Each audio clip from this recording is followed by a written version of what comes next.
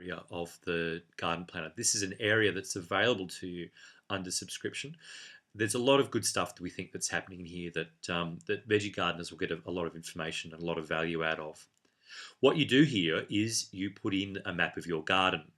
Now I've gone through in another video how you can put in an irregular shaped garden by pressing on this walk button and going out and mapping your garden. But what we're going to do here is use a way of demonstrating some of the companion planting information that we can start to take in and access in the garden planner. So I'm just going to put a very simple square-shaped garden in. I can move that around a little bit if I want. I can grab some of these corners and drag them around as well if I want to as well.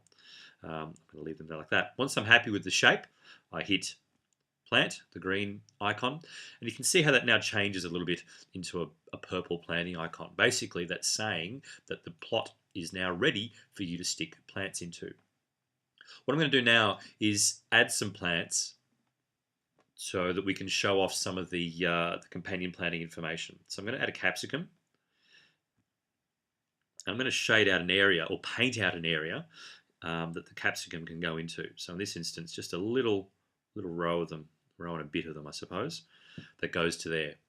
I'm happy with that. That looks good. I go OK. And I've got a capsicum starting to grow in the area. I'm going to add some other plants now.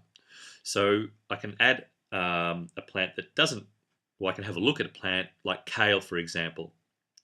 I add kale, and we can see there that there's a red border that says basically that kale is not good for companion planting with capsicum. So I can take that information, I can ignore it, I can still paint over the top of that. The garden planner isn't going to be bossy and tell you what to do. Or you can take that bit of advice and say, look, I might try and find something else to plant in that area. So going back, good companion plants for capsicum, there's a few of them. There's parsnips, there's beans, and there's corn. So I'm going to go through and add those plants now. And you'll see the difference in the map. When I go to parsnips, for example, there's a little nice border there that tells me that basically you can expect parsnips and capsicums to grow well. If there's no information or the plants are kind of neutral, then the area is actually left blank, as we'll see as we go through this quick little demonstration. So I'm going to paint out now a little spot for my capsicums. Now you'll notice that the paintbrush that I'm using now is a little bit smaller. That's because you can actually grow parsnips closer together. The recommended spacing is closer together than it is for capsicums. So I go OK, and I have my capsicums and my parsnips next to each other. I'll add another plant now. I'll add some beans. I've got a couple of different sorts of beans in here. I'm going to use just regular green climbing beans. And again, we can see that they actually work well with parsnips as well, but they're neutral when it comes to capsicum. So I'm going to, I guess, follow the rules there and draw out that space for the beans and go OK. We can see the garden is now starting to look a bit more realistic. We can see that the garden in the app hopefully is starting to look a little bit like what I've actually got out outside in the real world. And lastly, I'm going to put some corn in. And again, corn and beans go quite well together. That's a very well-known companion planting combination. And so I'm going to just plant those up like this. And what I could even do is go, well, I've left some space there. I might even try and put some more beans in the gaps in between, and we'll see again that those are highlighted nicely as well. So I'll put some purple climbing beans in this instance, and we'll see that beans and corn again go quite well. So I'll just paint that area out there. And that's pretty much how the companion planting and the map can be used in the garden to make the iPad app, I guess, look good, come up looking good on your iPad. It's another way that we reckon that the iPad app can help you become a better gardener by giving you more information, giving you a good way of looking, and even planning out how your garden might look. Another bit of functionality that we're adding under the subscription is the ability to add notes.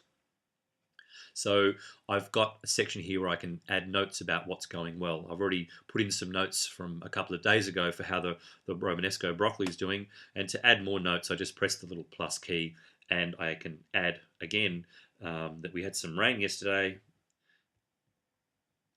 and that I fed with some chook poo tea. And in a couple of days, I might go back and see how that's all going. All the other plants that I've got here are really examples, I suppose, of what the garden looks like. And I can add all those notes in and look at them there.